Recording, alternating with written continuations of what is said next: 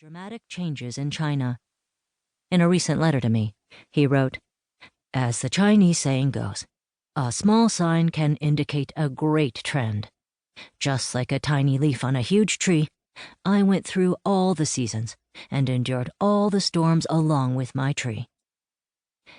Beyond the sweep of headlines and massive social, political, and economic changes, beyond the Confucian Analects and the Tao Te Ching, millions of Chinese people carry their own stories of their life's travails and dreams.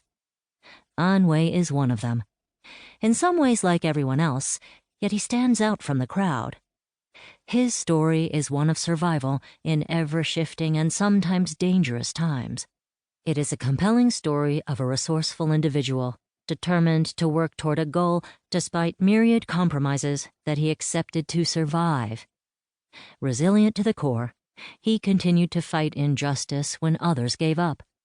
He saw defeat as a chance to battle again. In the process, he has become a guiding light for young Chinese who want to improve their homeland.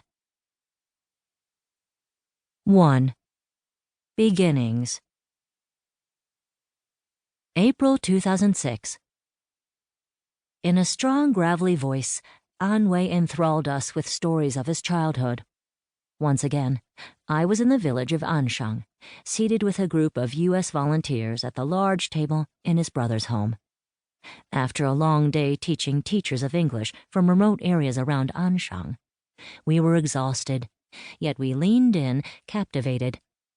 An Wei talked of attending the first primary school in the village temple, of how he outwitted the commune's cattle herder, and of incomprehensible starvation.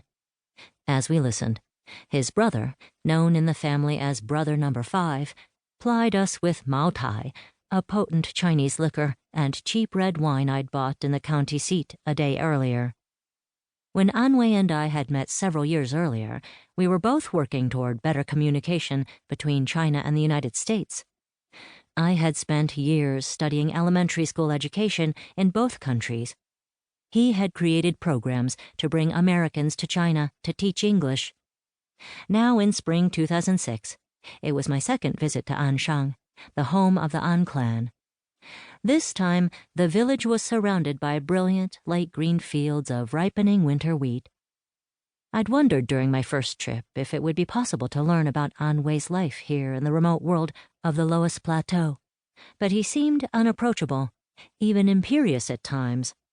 He frequently left the village in his efforts to get a new school built. When he was around, he was involved in negotiations with one person after another, too busy for interruptions. That night, though, An Wei had agreed to volunteers' requests to tell them village history. As he continued his tale, a normally mild-mannered retired American Airlines pilot interrupted. "Someone has got to do a PhD on this history before it's lost. On your history." Even as my voice filled the silence, I wondered what I was committing myself to. "I'm not going to do a PhD, but I could write an article." An Wei said neither yes nor no. He merely nodded slightly and continued talking about enduring years of starvation when he was in high school and how it left him with little energy for studying.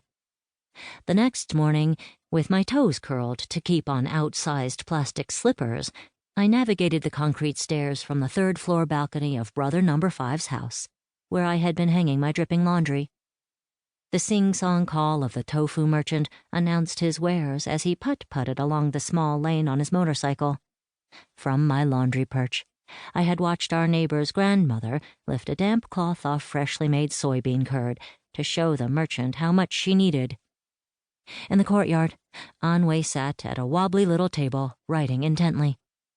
I walked across the dusty space, trying not to disturb him. He looked up. "I'm making a list for you of my brothers, my sister, and their children, and what they all do." I looked over his shoulder, surprised. He had clearly agreed to have me write about his life. During my remaining days in the village, An Wei gave me a tour of its 5 neighborhoods. Each had been a subsection of a former commune. From the roof of Number 5's house, he pointed out his grandfather's old homestead, where he and his brothers had grown up, and where the commune cattle shed had been. 6 months later.